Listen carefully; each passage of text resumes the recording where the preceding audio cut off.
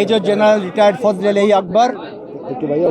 আজকে আমরা এখানে একত্রিত হয়েছি ম্যাডাম বেগম খালেদা জিয়া, যিনি ওনাকে আমরা চিনি আমাদের সেনাবাহিনীর ফার্স্ট লেডি হিসাবে, জেনারেল জিয়ার সহধর্মিণী হিসাবে, উনি সহধর্মিণী হিসাবে ওনাকে আমরা জেনারেল জিয়ার সহধর্মিণী হিসাবে পেয়েছি এবং পরবর্তীতে উনি খুব এক ক্রান্তি লগ্নে বিএনপির কর্ণধার হিসাবে বিএনপির হাল ধরেছিলেন। ওনার সম্বন্ধে বলার, আমি একটু ক্ষুদ্র মানুষ, আমার কোনো সেই সক্ষমতা নাই, তবুও আমি বলবো ওনার সাথে আমি 2008 সাল থেকে এই 17 বছর খুব কঠিন সময়ে ওনার সাথে ছিলাম, বিপদে আপদে।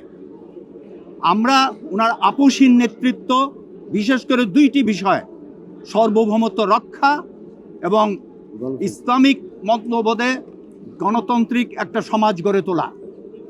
আমরা যারা সশস্ত্র বাহিনীতে আছি আমাদের মূল মন্ত্রও কিন্তু সে একই, দেশ রক্ষায় আমাদের প্রাণ দেওয়া।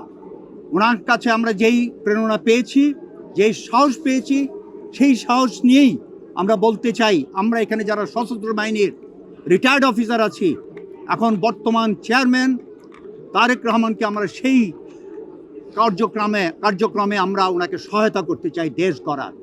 ইনশাল্লাহ আপনাদের সবার দোয়ায়, আমাদের সবার প্রচেষ্টায় আমরা নতুন বাংলাদেশ গড়ব।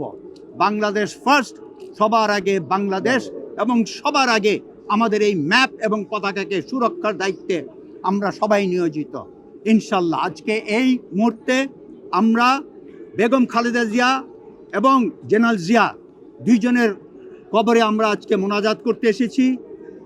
আমরা আল্লাহর কাছে মাগফিরাত করছি, ওনাদের দুজনকে যেন বেহেশতের জান্নাতুল ফেরদৌসে সর্বশ্রেষ্ঠ স্থানে অধিষ্ঠিত করেন ইনশাআল্লাহ। আমিন আমিন। ধন্যবাদ।